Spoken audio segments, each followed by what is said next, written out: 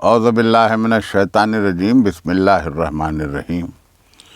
کل کی تقریر میں ہم اس مقام تک پہنچے تھے کہ انسان نے اپنے نفس کے اعتبار سے اپنے نفس کے آئینے میں سرکار رسالت کو دیکھا۔ اس کی وجہ سے یہ بات پیدا ہوئی کہ اس نے خود کے مطابق جیسا اس کا اپنا نفس تھا اس اعتبار سے دیکھا، اور اسی اعتبار سے سوانح بھی لکھی، اسی اعتبار سے سیرت بھی لکھی۔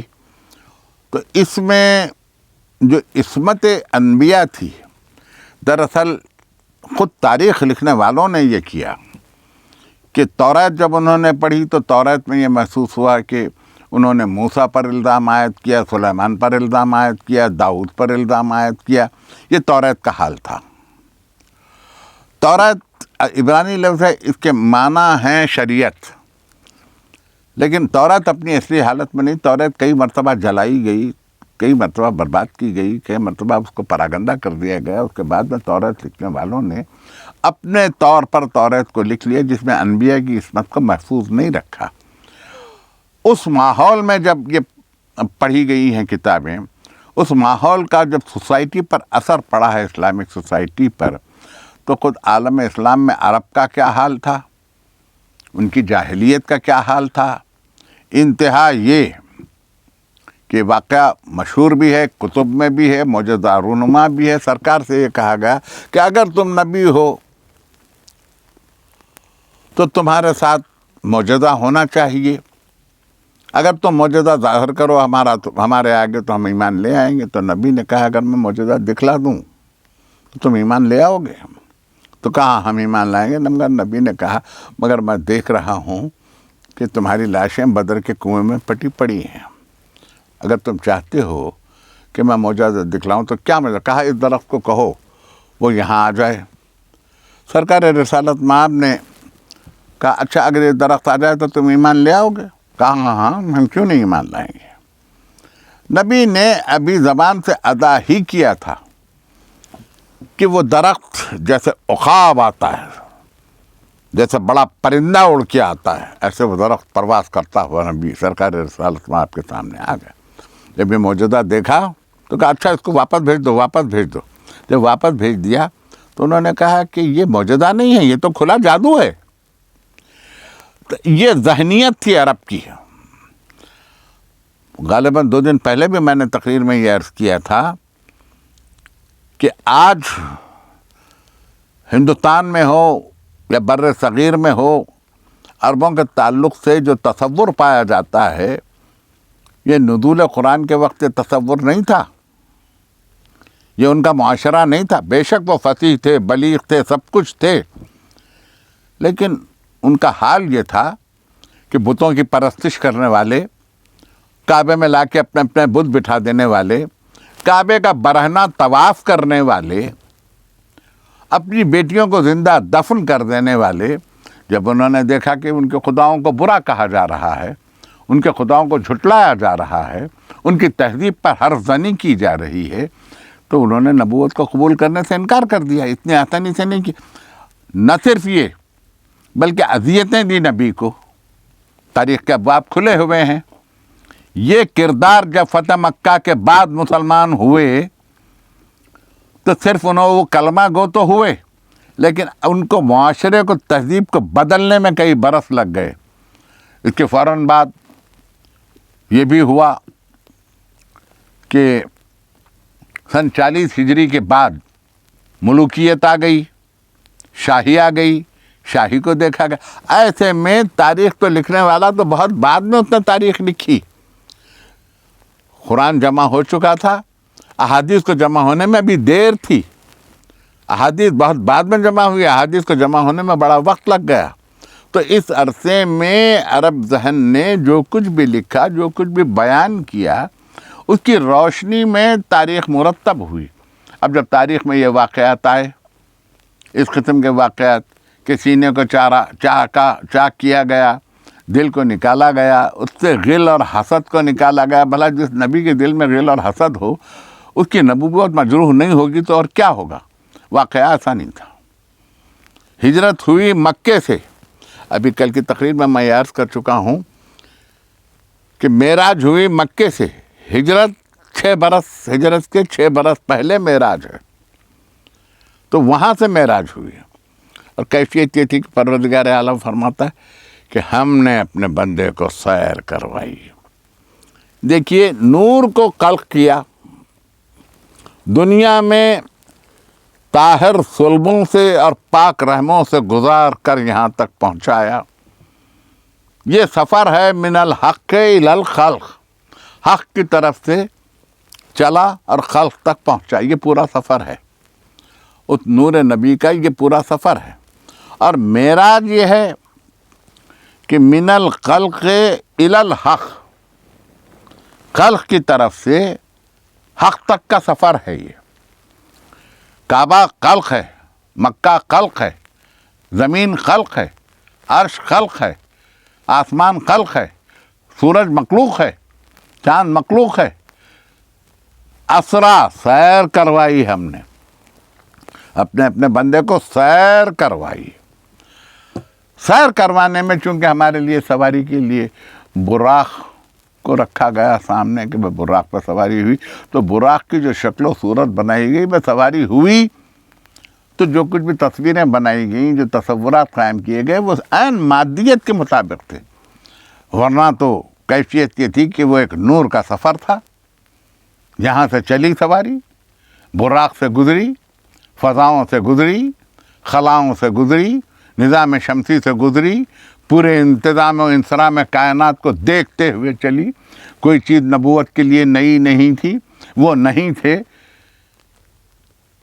صرف ذات واجب تھا۔ جب ان کی تخلیق ہوئی، ان کے بعد یہ ساری کائنات کی تخلیق ہوئی، کائنات ان کے سامنے بنی، ہر ذرے کا علم ان کو ملا، علم حضوری ان کو حاصل ہے، علم لدنی ان کو حاصل ہے، ذات واجب نے ان کو علم دیا، یہاں کسی کے آگے دانو ادب طے نہیں کیا۔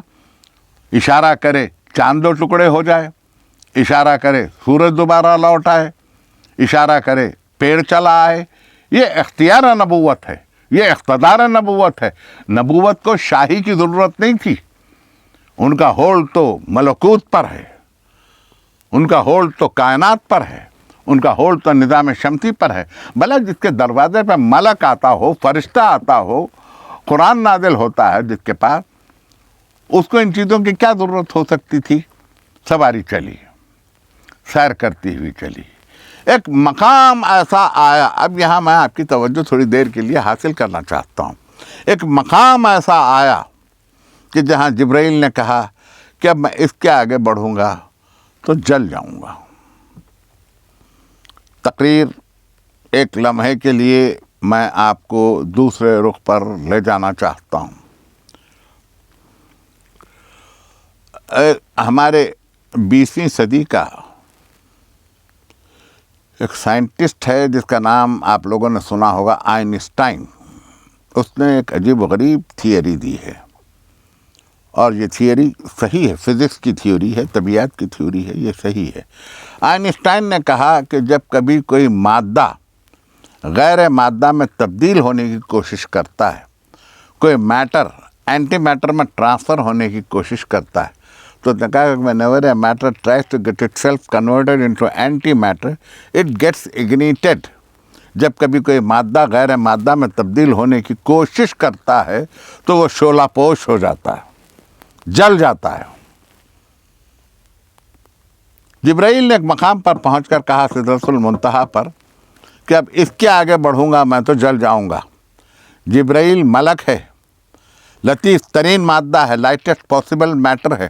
کسی نے جبرائیل کو آتے ہوئے نہیں دیکھا زمین پر، کسی نے اس کے کلام نہیں سنا، کسی نے اس کی آواز نہیں سنی، کسی نے اس کے قدم نہیں دیکھے، کسی نے اس کا چہرہ نہیں دیکھا۔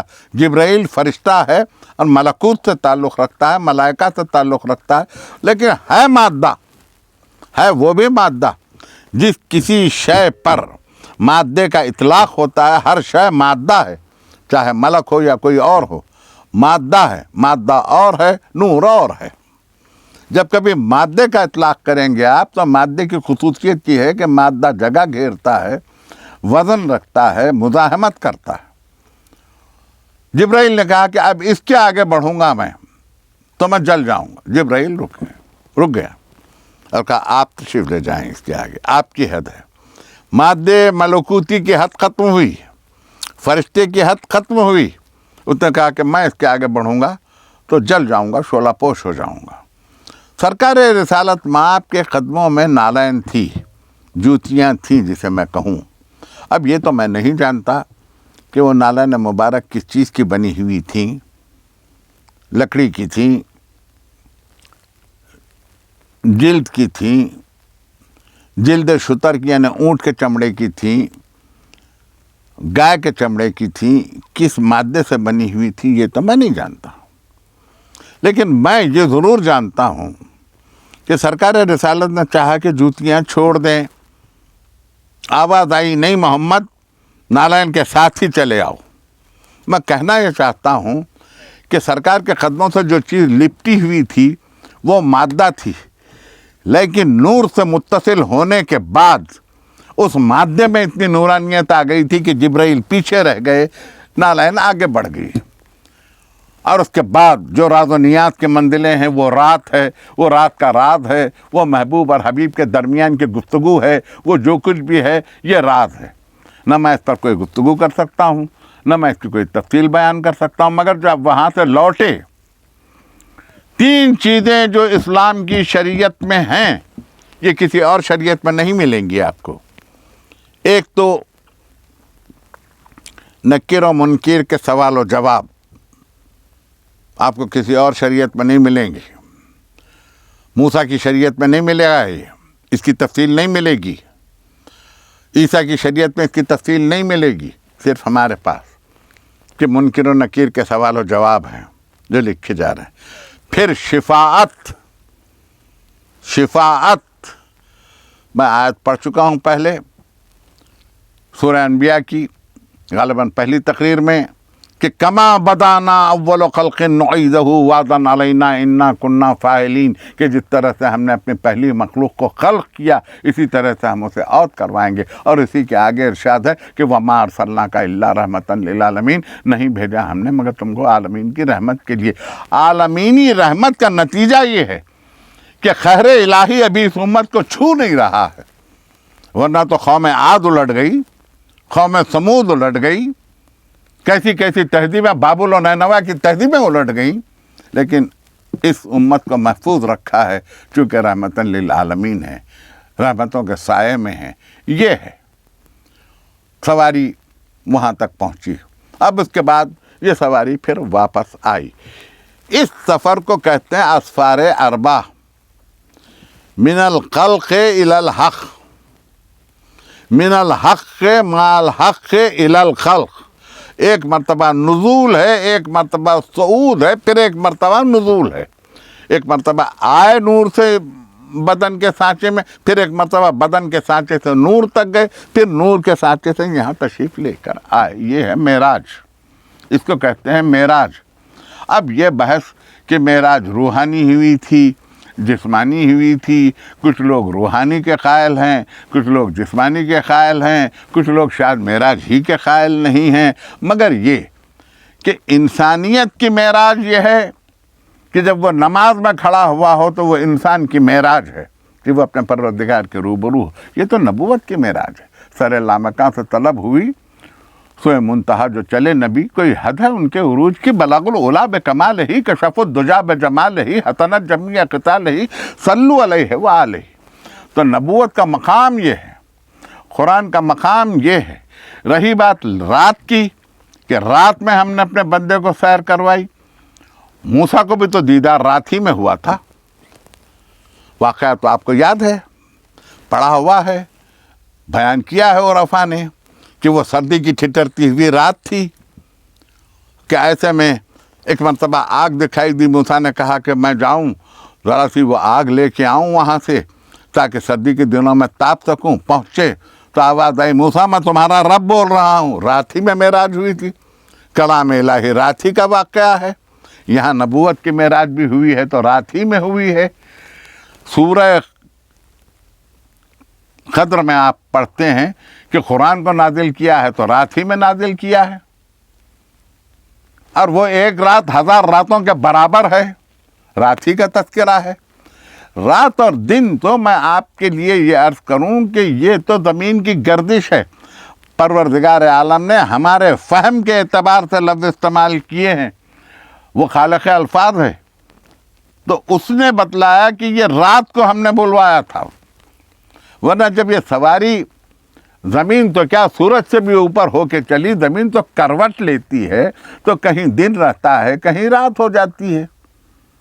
رات کو ذات واجب نے لباس قرار دیا ہے انسان کا، رات ہو جاتی ہے، لیکن جب سواری اوپر چلی گئی، پوری کہکشاں کے درمیان سے سواری گزر رہی ہے، تو اس وقت کے لیے تو شب و روز نہیں ہے، مگر ہماری زندگی کے لیے۔ اور کمال یہ ہے کہ جب من الحق الی الخلق سواری واپس آئی ہے تو ابھی زنجیر در ہل رہی تھی، ابھی پانی لوٹے سے گر رہا تھا، یعنی وقت کے پیمانے ہمارے لیے مقرر ہیں۔ نور کے لیے وقت کے پیمانوں کا کوئی تصور نہیں ہے، نور کے لیے کوئی تصور نہیں ہے وقت کے پیمانوں کا کہ کتنا وقت گزرا، کتنی سرعت کے ساتھ کوئی چیز گئی، کوئی چیز واپس آئی۔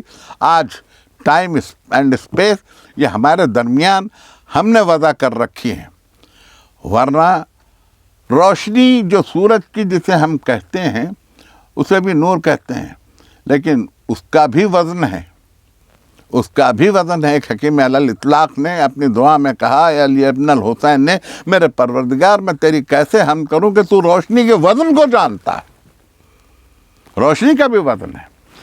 یہ انوار اس سے بھی لطیف انوار ہیں۔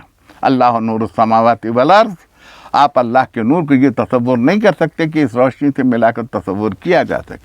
حیات ختمی مرتبت ایک نورانی حیات ہے، اس نورانی حیات سے انسان اگر اپنا زندگی کا شعار حاصل کرے تو اس کی زندگی میں بھی جو نور اتر آئے گا وہ نور اس کے حیات کے لیے تجلی بخش ہوگا۔ ذرا ذرا سی چیزیں ہیں، محبت سے دیکھیں، نفس کے آئینے میں، ہم بھی نفس کے آئینے ہی میں دیکھتے ہیں سرکار رسالت مآب کو، مگر ہمارے آئینہ مودت کا آئینہ ہے، محبت کا آئینہ ہے۔ اس محبت و مودت سے جب دیکھا جائے گا تو اسی محبت و مودت کو ایمان کہتے ہیں، سرکار سے اسی تقرب کو ایمان کہتے ہیں۔ جب ایمان حاصل ہو جائے گا تو اس کے بعد میں معنی قرآن بھی کھلیں گے، معنی شریعت بھی کھلیں گے، احکام فقہ بھی کھلیں گے، اور اس کے بعد انسان مباحث سے ہٹ کر یقین کی منزل میں آئے گا۔ آخری جملوں پر آتے ہوئے میں چاہتا ہوں کہ آج کی تقریر میں ایک اور مرحلے سے ہم گزر جائیں۔ دیکھیے، جسم کی 6 حالتیں ہیں: جسم کی حیات، جسم کی موت، جسم کی نیند، جسم کی بیداری، جسم کی صحت اور جسم کی بیماری، جسم کی بیماری اور جسم کی صحت۔ اسی طرح سے 6 حالتیں روح کی بھی ہیں۔ روح کی حیات علم، روح کی موت جہل، روح کی نیند غفلت، روح کی بیداری انتباہ، الرٹ کرتے جانا، ارعان، خبردار، ہوشیار، یہ روح کی بیداری ہے۔ اور روح کی بیماری ہے شک، روح کی صحت ہے یقین۔ تو انسان اپنے نفس کو اس نفس سے لے جا کے ملائے نفس نبی تک کے، کہ جہاں اس کی زندگی شک کے دائرے سے نکلے اور یقین کے منزل میں پہنچے۔ ایک اور تمثیل دیتا چلوں تاکہ بات کھل جائے۔ دنیا کا ہر تجربہ شک سے شروع ہوتا ہے اور یقین پہ ختم ہوتا ہے۔ کوئی تجربے کو لیجئے، آپ کسی لیبارٹری کے تجربے کو لیجئے، زندگی کے کسی حادثے کو لیجئے، کسی تحقیق کو لیجئے، کسی جستجو کو لیجئے، شک سے شروع ہوتا ہے۔ یہ ہوگا یا نہیں ہوگا، یہ منزل تک پہنچے گا یا نہیں پہنچے گا، یہ ترقی کرے گا یا نہیں کرے گا، شک سے شروع، اور ختم یقین پہ ہوتا ہے کہ یہ ہوگا، یہ ہوا، اس پر ہوتا ہے۔ لیکن جہاں سرکار رسالت مآب پر یقین ہو اور نفس میں نور محبت ہو انسان کی، تو اس طرح سے نور تک کا ایک سلسلہ بنتا ہے کہ ہمارا آغاز شک سے نہیں ہوتا، ہمارا آغاز یقین، ہمارا انجام یقین، ہمارا سفر یقین، ہمارا راستہ یقین، ہماری منزل یقین، ہمارے لیے جنت یقین، ہمارے لیے دوزخ یقین، ہمارے لیے محشر یقین یعنی قیامت یقین، ہمارے لیے پرسش قبر یقین، ہمارے لیے زندگی یقین، ہمارے لیے موت یقین۔ آخری جملوں میں آتے آتے میں چاہتا ہوں کہ یہ مرحلہ بھی آج کی حد تک کہ گزر جائے، ورنہ پھر شاید ہم کو نفس پر تفصیل سے گفتگو کرنے کا موقع بھی نہیں ملے گا۔ آپ نے بہت سارے واعظین سے سنا ہوگا، خطباء سے سنا ہوگا، علماء سے سنا ہوگا۔ میں تو ایک طالب علم ہوں، کیا عرض کر سکتا ہوں۔ موت کے تعلق سے بہت کچھ کہا جاتا ہے، خاص طور پر بعض خطباء تو موت کے تعلق سے اتنا دہشت زدہ کرتے ہیں انسان کو کہ آدمی ڈر کے مارے مر جائے۔ لیکن میں آپ کے سامنے دیکھیے، جب بات قرآن فہمی کی آ رہی ہے اور مسلسل ہم اسی پہ تقریر کرتے جا رہے ہیں، تو میں چاہتا ہوں کہ آج یہ بات بھی کھل جائے۔ موت ہے کیا؟ موت کا تصور کیا ہے؟ دنیا نے یہ تصور دیا زندگی کیا ہے، عناصر میں ظہور ترتیب، موت کیا ہے، انہی اجزاء کا پریشاں ہونا۔ یہ دنیا نے دیا، یہ دنیا نے دیا، لیکن قرآن نے کیا دیا؟ لا تحسبن الذین قتلوا فی سبیل اللہ امواتا بل احیاء عند ربہم یرزقون۔ وہ لوگ جو اللہ کی راہ میں قتل کر دیے گئے ان کو مردہ گمان بھی نہ کرنا، بلکہ وہ زندہ ہیں اور اپنے رب سے رزق پا رہے ہیں۔ یعنی ایک جگہ تو یہ ہو رہا ہے کہ دل نے دھڑکنا چھوڑ دیا، آنکھیں پتھرا گئیں، نفس نے تھرکنا ختم کر دیا، جسم ساکت و صامت ہو گیا، پتلیاں تھم گئیں، حرکت خون کی بند ہو گئی۔ دنیا نے کہا یہ موت ہے، لیکن قرآن کا نقطہ نظر کچھ اور۔ وہاں دیکھ رہا ہے کہ راہ الہی میں وہ قتل کر دیا گیا۔ لا تحسبن الذین قتلوا فی سبیل اللہ امواتا بل احیاء عند ربہم یرزقون۔ جو لوگ اللہ کی راہ میں قتل کر دیے جاتے ہیں ان کو مردہ گمان بھی نہ کرنا، مردہ سمجھنا نہیں، وہ مردہ ہیں نہیں، ان کو مردہ تصور کرنا نہیں، بلکہ ان کو مردہ گمان بھی نہ کرنا، وہ زندہ ہیں اور اپنے رب سے رزق پا رہے ہیں۔ یہاں دلیل حیات یہ ہے کہ ان کو رزق مل رہا ہے۔ یہ ہمارا نقطہ نظر جب آپ قرآن کو سمجھیں تو یوں، اور قرآن کو درگزر کریں تو یوں۔ موت ہے کیا؟ موت ہے کیا؟ ذرا سا چونکہ میرے پاس آج 4-5 منٹ اور رہ جاتے ہیں تو میں چاہتا ہوں کہ یہ گتھی بھی حل ہو جائے۔ اگر آپ کے بدن میں سوئی چبھوئی جائے، کوئی سوئی چبھوئی جائے، تو درد کا یہ احساس بدن کو ہوتا ہے یا نفس کو ہوتا ہے؟ اگر یہ خیال ہے کہ یہ تکلیف بدن کو ہو رہی ہے تو میں معذرت خواہ ہوں، اس لیے کہ جب آپریشن تھیٹر میں جنرل انیستھیٹسٹ انجیکشن کے ذریعے سے نفس کو غافل کر دیتا ہے اور اس کے بعد سارا بدن چیر کے رکھ دیتا ہے سرجری میں، تب تو کوئی تکلیف نہیں ہوتی نا، تب تو کوئی تکلیف نہیں ہوتی۔ تو مسئول نفس ہے۔ مجھے غور سے سنیے، اس وقت بہت کم وقت ہے میرے پاس آج کی حد تک کہ میں چاہتا ہوں کہ یہ سبجیکٹ کلوز ہو جائے۔ آج سوال جواب نفس سے ہے قیامت میں، بدن سے نہیں۔ بدن سے سوال و جواب نہیں ہے، نفس سے سوال و جواب ہے۔